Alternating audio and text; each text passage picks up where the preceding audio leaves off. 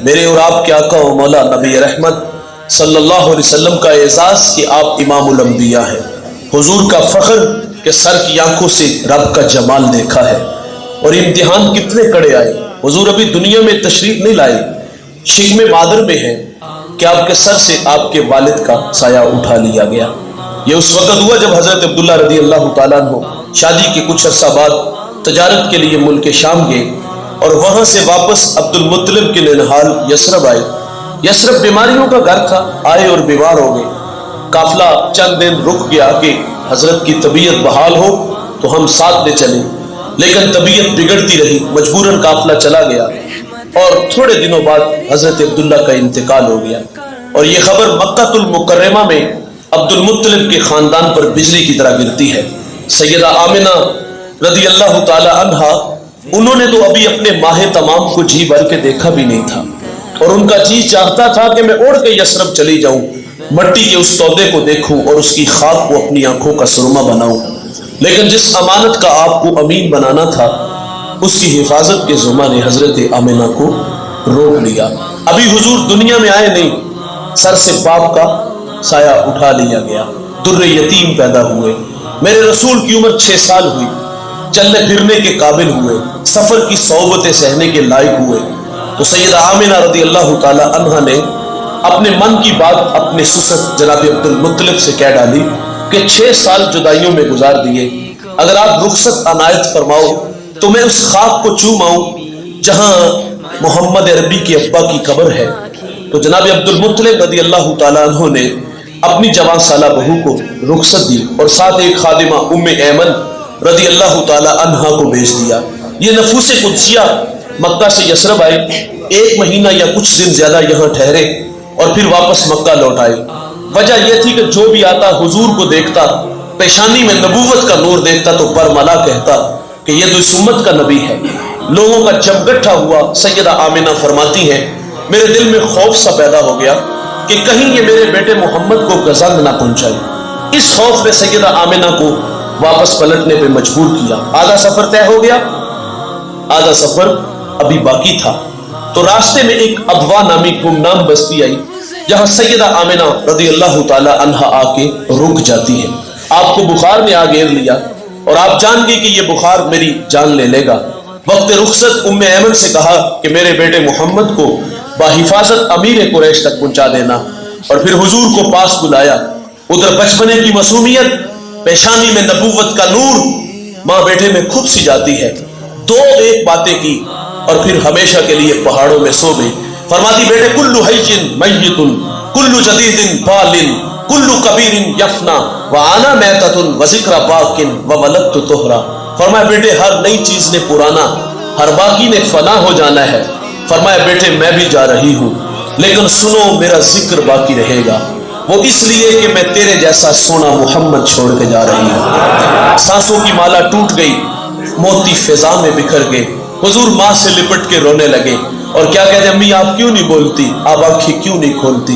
ہنستا چمن خاموش ہے، جانے والے لوٹ کر نہیں آتے بھائی، لیکن جانے والے کچھ ایسے ہوتے جو دلوں میں دھڑکن بن کے رہتے ہیں، خوشبو ہوتے ہیں، پاس پاس رہتے ہیں۔ ماں سے لپٹ کے حضور روئے، پھر اپنے ننھے ننھے ہاتھوں سے کالے پتھروں کی قبر بنائی، اس میں آنسوؤں کا چھڑکاؤ کیا، جہاں تک ماں نظر آتی رہی۔ پلٹ پلٹ کے ان کالے پتھروں والی قبر کو دیکھتے ہیں۔ میں نے سیدہ آمنہ کے مزار کی 2 دفعہ زیارت کی ہے، یہ مدینہ سے 350 کلومیٹر کے فاصلے پر ہے۔ ہمیں پہلی دفعہ شرف ملا، رات 1:45 بجے ہم پہاڑ کے نیچے تھے، ماحول خاموش تھا، ہوا کا کہیں سے کوئی ایک جھونکا بھی نہ آیا، لیکن جب ماں جی کے قدموں میں جا کھڑے ہوئے، یقین جانو ایسا لگا کہ اللہ نے جنت کے 8 دروازے ہی کھول دیے۔ آج بھی جنت سے ٹھنڈی ہوائیں سیدہ آمنہ کو سلام کرنے آتی ہیں۔ میرے رسول پلٹ پلٹ کے ماں کی قبر کو دیکھتے ہیں، اتھرو بہاتے ہیں۔ ام ایمن کہتی میں حضور کو لے کے پہاڑ سے نیچے آئی تو حضور ہاتھ چھڑا کر کے پھر پہاڑ پہ چلے گئے۔ فرماتی میں دوبارہ پھر پہاڑ پہ چڑھی تو میری آنکھیں کیا دیکھتی ہیں کہ حضور ماں کے سرانے کھڑے ہیں اور وہاں کھڑے ہو کر کہہ رہے تھے امی جی آپ تو جانتے ہو کہ میرا اس دنیا میں آپ کے سوا کوئی بھی نہیں ہے۔ ام ایمن کی جان نکل گئی، سینے سے لگا لیا۔ آقا فرمایا کرتے تھے ام ایمن میری ماں کے بعد میری ماں لگتی ہے۔ 6 سال کی عمر میں ابوا کہ پہاڑوں میں ماں ہمیشہ کے لیے خاموش ہو گئی۔ پھر کفالت کا ذمہ آپ کے دادا جان نے اٹھا لیا۔ دادا نے بڑی محبت دی، کھانا کھاتے ہیں ساتھ بٹھاتے ہیں، سوتے ہیں پہلو میں لٹاتے ہیں۔ ذل کعبہ عبد المطلب کی مسند بچتی تھی جس پر بیٹوں کو بھی بیٹھنے کی جرت نہیں تھی۔ حضور لاڈلے بڑے تھے، دادے کی مسند پر بیٹھ جاتے، بے پناہ محبت وصول ہوئی۔ تو پھر کیا ہوا صاحب، 2 سال بعد جناب عبد المطلب کا بھی انتقال ہو گیا۔ راوی لکھتے ہیں عبد المطلب کا جنازہ آگے آگے تھا، مکے کے بازار سے گزر رہا تھا اور پیچھے پیچھے میرے رسول تھے۔ 8 سال عمر ہے اور حضور مکے کی کبھی اس دیوار سے لپٹ کے روتے ہیں تو کبھی اس دیوار سے لپٹ کے روتے ہیں۔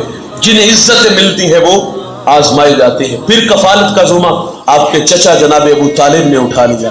چچا نے بڑی محبت دی، کھانا کھاتے ہیں ساتھ بٹھاتے ہیں، سوتے ہیں پہلو میں لٹاتے ہیں۔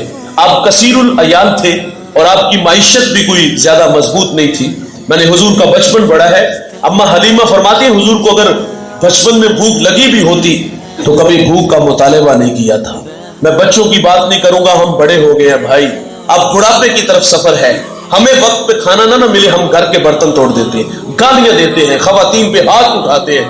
لیکن حضور کا بچپن کتنا شاندار ہے، بھوک لگی بھی ہوتی تو کبھی بھوک کا مطالبہ نہیں کیا، پروان چڑھتے رہے۔ اور پھر اللہ کا حکم آیا اس قوم کو لا الہ کی دعوت دو۔ جن کی قسمت میں ہدایت تھی وہ حضور کے ساتھ چلے اور جو اصلی بدبخت تھے وہ مخالفت پہ اتر آئے۔ زندگی میں ایک بہت بڑا امتحان آیا جس میں آپ کے شفیع مہربان چچا چلے گئے اور آپ کی جو ہے وہ رفیق حیات حضرت خدیجہ رضی اللہ تعالی عنہا کا بھی وصال ہو گیا۔ اس سال کا نام عام الحزن تھا، وہ غم کا سال جس میں یہ مہربان رشتے چلے گئے۔ حضور گھر میں ہی لگ کے بیٹھ کے پھر کار نبوت کی ذمہ داریاں میرے رسول کو میدان عمل میں لے آتی ہیں اور لوگوں کے رویے ہم پڑھتے ہیں۔ حضور لا الہ کی دعوت دیتے ہیں وہ کڑے کھودتے ہیں، حضور لا الہ کی دعوت دیتے ہیں وہ کانٹے بچھاتے ہیں، حضور لا الہ کی دعوت دیتے ہیں وہ اوجریاں پھینکتے ہیں، وہ گلے میں رسی ڈالتے ہیں، اس کو تو دیتے ہیں۔ کتنے دکھ مکہ والوں نے دیے۔ شیب ابی طالب میں 3 سال معصور رہے، سوشل بائیکاٹ ہوا، ماؤں کی چھاتیوں سے دودھ خشک ہوا تو بچے بھوک سے روتے ہیں، مائیں منہ پہ تھپڑ نہیں مارتی، بس اتنا ہی کہتی ہے کہ بچوں تمہارے رونے کی آواز کافروں نے سنی تو وہ تمہارے نبی محمد کو تانے دیں گے۔ بچے چپ ہو جاتے، صحابہ کہتے ہم نے پتے کھا کھا کے گزارا کیا، چمڑے بھگو بھگو کر کے گزارا کیا۔ ایک صحابی کا بیان پڑا، وہ کہتے گیلی جگہ پاؤں آیا، مجھے اتنی شدت کی بھوک لگی تھی، نہ جانے وہ چیز کیا تھی، اٹھائی اور کھا لی اور آج تک یہ خبر نہیں کہ وہ چیز ہے کیا تھی۔ ان راہوں پہ چلنے والوں کو آزمایا جاتا ہے۔ حضور فرماتے چلو میں طائف والوں کو پیغام حق دیتا ہوں، وہ پڑھے لکھے لوگ ہیں لیکن انہوں نے بھی حضور کی دعوت کو مسترد کیا۔ انہوں نے کہا نبوت یتیموں کے گھروں میں آنا تھی۔ حضور فرماتے میں آیا، میں نے تمہیں اپنی بات سنائی، تمہاری قسمت کہ اس کو قبول نہیں کیا۔ حضور فرماتے میرے پہ ایک مہربانی کرنا کہ میرے آنے کی خبر مکہ کے لوگوں کو نہ دینا، وہ مجھے زیادہ دکھ دیں گے۔ انہوں نے کہا ہم تو اس کی تشہیر کریں گے۔ سنیے جوانوں، حضور واپس پلٹنے لگے، 2 رویا کتارے ہیں، اوباش لڑکے ہیں، طائف کا بازار ہے۔ حضور فرماتے میں قدم اٹھاتا ہوں تو وہ میرے پاؤں پہ پتھر مارتے ہیں، مجھے درد ہوا، میں زمین پہ بیٹھ گیا۔ وہ نالائق آگے بڑھے، حضور کو کندھوں سے پکڑا، کھڑا کیا اور پھر چلنے پہ مجبور کیا۔ حضور دوسرا قدم اٹھاتے ہیں تو وہ دوسرے پاؤں پہ پتھر مارتے ہیں۔ جوانوں، اس دین کی بنیادوں میں پیغمبر کا خون ہے۔ دین بڑی محنت سے، جستجو سے، تبلیغ سے پہلا ہے۔ حضور مکہ سے طائف آئے اور عرض کیا گیا کہ حضور ان کے لیے بد دعا کر دے۔ فرمایا میں رحمت بن کے آیا ہوں، زحمت بن کر نہیں آیا۔ اور وہاں ایک جملہ ارشاد فرمایا جو علماء کے لیے تھا، مبلغین کے لیے تھا۔ حضور فرماتے مجھے ان کی نسلوں سے امید ہے کہ وہ میرے ساتھ چلیں گے۔ دیکھیے بعض کا نتائج نہیں ملتے اور بندہ دل برداشتہ بھی ہوتا ہے، بعض کا حالات ایسے ہوتے ہیں کہ جس کی گھر نہیں چلتی مسجد میں چلتی ہیں۔ یہ محراب و منبر کے ورثاء بڑے بڑے دل کے لوگ ہوتے ہیں، بڑے لوگ ہوتے ہیں، یہ کسی حد تک تو یہ درگزر کرتے، لیکن کبھی کبھی دل برداشتہ بھی ہو جاتے ہیں کہ ہمیں تو سجدے سے غرض ہے، جو یہاں نہیں تو وہاں سے ہی کام نہیں کرنا ہے، ایتھے نہیں تو کدھر اور سے ہی۔ لیکن یہ حضور کا فرمان ہمیں روشنی دیتا ہے کہ ان کی نسلوں سے میرے رسول فرماتے مجھے امید ہے کہ وہ میرے ساتھ چلیں گے۔ بعض بات نتائج آنے والی نسلوں پہ چھوڑنے پڑتے ہیں۔